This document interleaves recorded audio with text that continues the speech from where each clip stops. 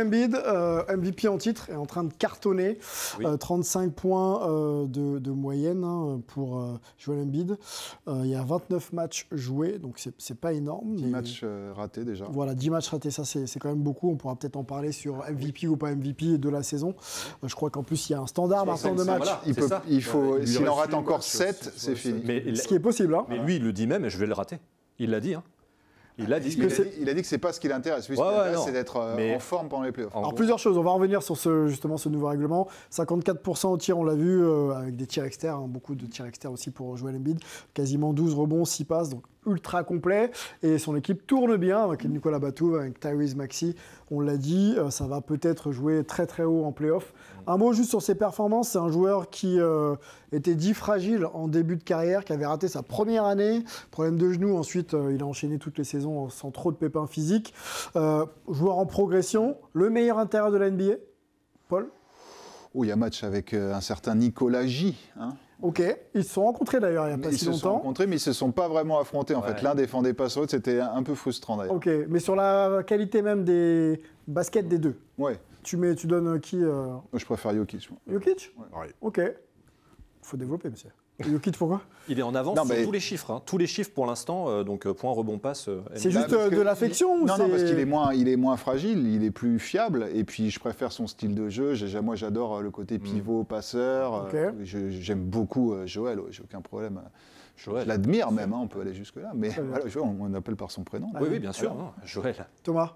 Ah oui. Jokic ouais, non, mais Jokic, c'est vrai qu'il est, il est tellement incroyable, il est tellement unique en fait. Embiid, c'est quand même un morphotype, on va dire. Alors lui, c'est le morphotype poussé à l'extrême, mais on connaît plus. Oui, c'est vrai. Voilà, destructeur. Oui. Alors destructeur, peut-être à un point qu'on n'a jamais vu, effectivement. Mais par contre, Jokic, c'est le basket, quoi. Fou. Okay. Ouais, c'est fou. Il détruit en même temps, il scintille, quoi. Il te fait des. C'est beau ce que vous dites. Magnifique. C'est incroyable. Est-ce qu'il a maintenant la carrure, la maturité, l'expérience pour emmener ses Sixers à une finale NBA? On va pas parler encore de titre. On sait qu'il va falloir passer sur le corps des Celtics, des Bucks, pourquoi pas des Pacers. Est-ce qu'il a en magasin ce leadership? On le voit des fois frustrer beaucoup avec les arbitres, être un peu Luka Doncic compatible à ce niveau-là. Vous le voyez un peu mieux là-dessus ou pas, Embiid? Moi, je pense que le leadership, il l'a, mais alors, sans aucun doute. Okay. Par contre, il ne faut pas qu'il se blesse, quoi. Okay. C'est toujours le même problème.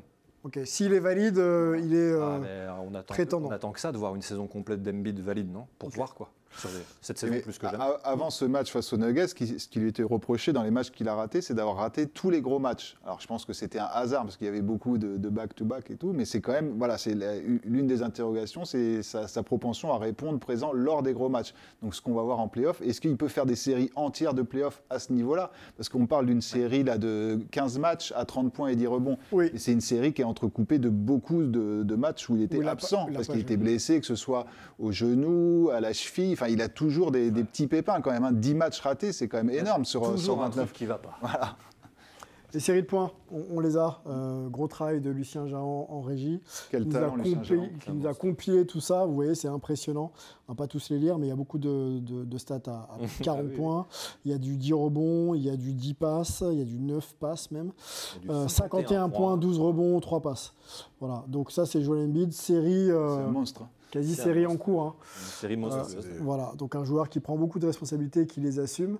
Rudy, tu partages un peu le côté bulletin médical. S'il est valide, à l'Est, ça peut être une équipe intéressante et peut-être presque difficile à battre. Alors, difficile à battre, je dirais peut-être pas difficile à arrêter Embiid, oui. Ça c'est sûr. Okay. Voilà, je pense que les franchises ne vont pas se focaliser à comment arrêter Embiid, mais plus comment limiter les autres. Okay. Et c'est ça justement où les Sixers, je pense qu'ils vont être un peu limités. Ok, il a ce pouvoir d'emmener, je pense qu'il a cette capacité à pouvoir fédérer et emmener un groupe à performer en play-off. De là aller jusqu'au bout, voilà, on vient de le citer, on en citait encore la semaine dernière, les Celtics archi favoris, avec les Bucks qui tournent quand même pas mal quand les deux Zozo, Lillard et Giannis sont au sur top. La même page, ouais. Voilà, donc là, si on vous doit vraiment étudier les playoffs et se projeter, voilà, non, c'est un candidat, Mais de là à le voir titré, non, je pense pas. Ok. Non. Et voilà, on vient de dire, les Pacers en plus viennent se mêler à tout ça. Voilà, on a vu Embiid sur les différents playoffs déjà jusqu'à maintenant. Il a du mal à atteindre une finale de conf. Je me suis présenté en disant que Iverson, c'était lui qui avait atteint La dernière les finale NBA. Sixers. Lui, Allen Iverson a atteint les finales NBA, mais c'est le dernier à avoir atteint les finales de conférence. Embiid ne l'a pas fait. Ouais, c'est vrai. Il a fait les demi. Donc là, on est en train de se dire, est-ce que le MVP, le meilleur joueur actuel de NBA, est capable d'emmener les Sixers au titre? Moi, je répondrais aujourd'hui non. De ce qu'il nous a montré jusqu'à maintenant, de ce que l'équipe, comment elle est construite et ce qu'il y a en face, je ne pense pas. À son crédit, il fait ce qu'il faut. Lui, à son niveau. Ouais. Donc allons sur l'équipe voilà, un peu ça, de manière globale. Nick Nurse est arrivé, ça se passe bien. Nicolas Batum, on en a parlé. Tyrese Maxey, donc c'est le petit meneur un peu faux follet qui rend plus que des bons services. C'est un joueur vraiment très très intéressant. Tobias Harris, on parlait de Klay Thompson sur une arrivée, mais c'est pas du tout une rumeur. Hein, mais voilà. Est-ce qu'il ne faut pas justement alourdir et agrandir un peu la profondeur de banc pour se donner des chances? Parce qu'Embiid, lui, il fait le boulot, quoi. C'est ce qui se dit là, c'est apparemment il rechercherait un troisième gros entre guillemets, parce que Tobias Harris, ce qu'il lui reprochait, c'est parfois un manque d'agressivité.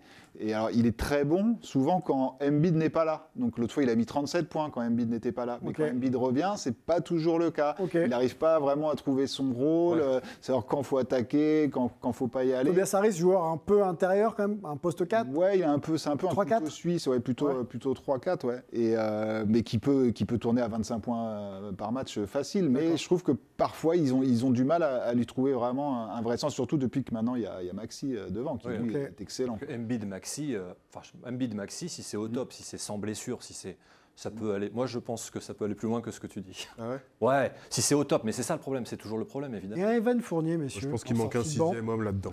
Evan Fournier en sortie de banc, je lance des banderilles comme ça. Je vois ça. Un joueur offensif, Evan Fournier, pour prendre le relais d'Embiid et surtout de Maxey quand Maxey n'est pas sur le terrain. Est-ce que c'est pas un peu... On préférait le voir aux Spurs, ça, franchement, mais... On préfère... Oui. Non, hein, et égoïstement. Ou à Lasvel. Je sais pas. Les Spurs, ça va pas jouer les playoffs. Moi, j'aimerais bien voir Evan en playoffs. Oui, non, c'est... Moi, j'aimerais bien voir... Compétiteur comme il est. J'aimerais bien voir Evan rejouer déjà. Voilà. Si c'est aux Spurs, ça m'ira très bien. Mais au moins peut-être plus qu'aux Sixers, c'est sûr. Ok. Petite hiérarchie du coup pour finir cette discussion. Quand on met les Celtics devant, c'est sûr. Oui. 20-0 à domicile. 20-0 à domicile. Ils n'ont jamais fait ça. Ouais, non, mais les Bucks en 2. Avec ce qu'on a vu là. Le classement de la conférence Est, moi, je mettrais bien les Sixers. C'est ça, ok. Ouais, ils m'excitent à fond les Sixers. D'accord. Calmez-vous. Oui, pardon. je le dis. Ça marche. Et donc, on mettrait qui en 3 alors du coup?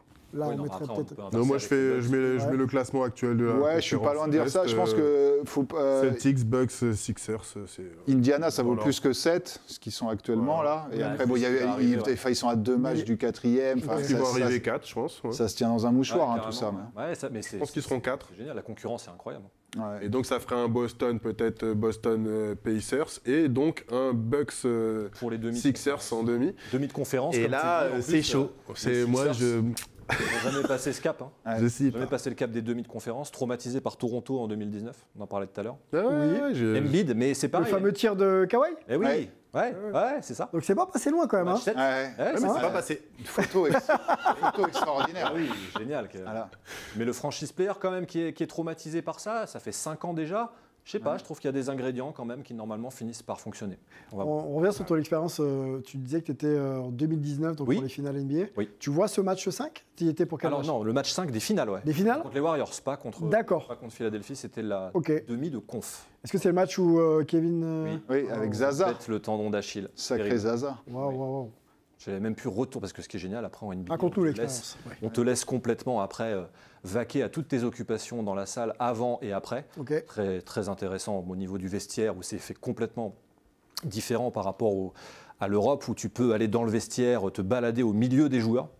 Directement. On précise un peu que tu y étais dans le cadre de ton métier. Oui, voilà. Bien sûr. Tu es journaliste, c'est ça? Oui, j'essaye autant que faire se peut.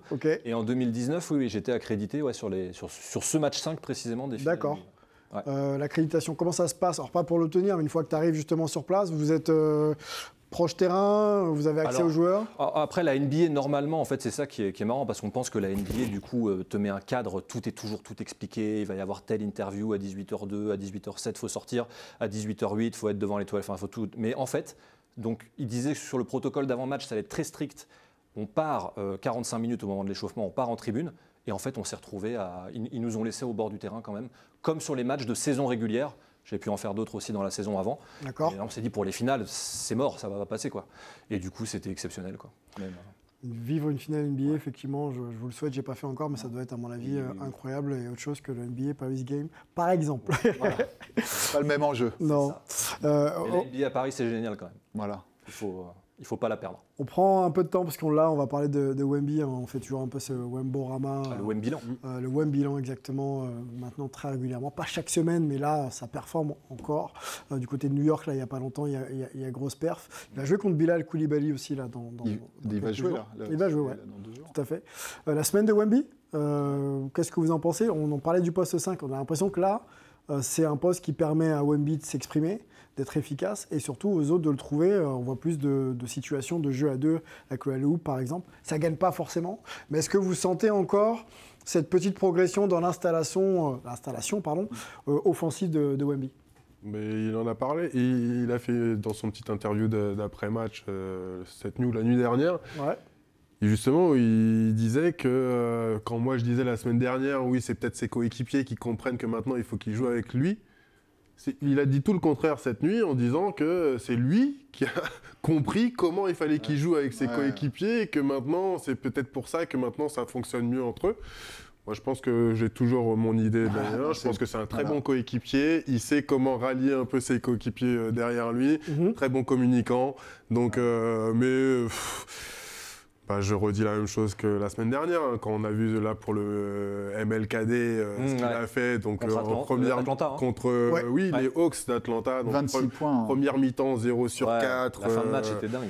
Et 26 points en deuxième, on peut le dire. En deuxième, 12 sur 4. Des actions d'éclat, hein. Enfin, il y a des choses. Il y a des choses où on se lève, hein, carrément, il faut le dire. Contre qui ne sont même pas comptabilisés, certains. En plus, il altère tellement les shoots adverses, et puis la déclaration de Trae Young, est incroyable. Quand il dit qu'il faudrait que ses coéquipiers le servent plus. Peut-être un message. Trae Young aux Spurs qui se place peut-être un petit peu. C'est une des rumeurs qui circulent actuellement. Ce serait pas inintéressant de voir ça. Non, un passeur, là il faut un passeur. Après, Trae Young, dans le système de Pop, je suis pas sûr que c'est. Il shoot à première intention à 10 mètres, là. Ouais, et puis surtout la défense. Pop raffole pas trop, mais je trouve que les deux, ça serait le mélange parfait, quoi. Enfin, ça serait formidable. Ouais, sur Wemby, petite interview qui est sortie d'un illustre ancien du basket français, une légende du basket français, Antoine Rigaudot, qui s'exprimait sur Wemby et sur le fait qu'il faille ou pas lui donner les clés de l'équipe de France cet été. Donc on jump un peu par rapport au JO, hein, ça arrive très très vite. Les clés de l'équipe de France, ça se mérite. Voilà. En substance, les mots d'Antoine Rigaudot, doit-on donner les clés à Wemby cet été à l'équipe de France? C'est un peu tôt quand même, il y a encore tous les anciens, enfin, même si évidemment sa première saison est une réussite pour l'instant, je trouve que c'est un peu tôt. Ça va être sa première grande compétition avec la France, même si on reste sur une Coupe du Monde très décevante. Les clés, c'est un peu tôt, je trouve, à mon sens en tout cas. Moi, je ne suis pas d'accord du tout. Enfin, fonce alors. Moi, je pense qu'il faut lui donner les clés, mais à fond. Le badge de jour, le badge de nuit, la totale. Enfin, je ne sais pas, pour moi, c'est tellement évident. En plus, c'est un peu particulier. Là, c'est Paris 2024, c'est chez nous. Enfin, ça va être qu'une fois. Enfin, et comme par hasard, entre guillemets. On va le faire pour le symbole, Thomas. Ouais, mais... Au-delà du symbole, est-ce qu'il a les armes et les atouts pour... Tu parles de pression, on est à Paris, les Jeux, est-ce qu'il peut tenir tout ça? La pression, apparemment, ça ne l'atteint pas du tout. Donc profitons-en à fond, en fait. Par contre, ce qu'il faut, c'est lui donner les clés, mais en fait, bien que le majordome, justement, il soit bon, par contre. C'est ça qui va compter. Très bien. Rudy, je suis obligé de te lancer là-dessus, on finira avec ça. Oui, non, moi, je pense pas. Je pense que c'est... Enfin, les clés, il les prendra naturellement. Voilà, ça va se faire naturellement. Et progressivement. Il sait qu'il va avoir un rôle très important pendant les JO. Et il en a déjà conscience. Et je pense que Vincent Collet va lui faire prendre conscience aussi très rapidement. Autour, il faut qu'il soit bien entouré. Un Batum, justement, avec la saison qu'il va faire, avec le rôle justement qu'il aura aussi. Il va faciliter l'intégration avec les JO, dans le l'équipe jeu. de France. Non, franchement, je pense que là, il peut y avoir un vrai groupe bien soudé, bien encadré Wemby, le mettre dans les meilleures conditions, qu'il apporte ce qu'il sait apporter, en poste 5 s'il faut, pas de souci. Et après les JO, je pense que la performance qu'il fera aux JO, ça va se faire naturellement. Oui, c'est ça. Voilà, Donner les clés, ça veut rien. La suite, ça veut rien dire, en fait. après cette compète, c'est lui qui aura les clés. Batum sera plus là, Evan peut-être sûrement pas non plus. C'est lui qui les aura. Bon,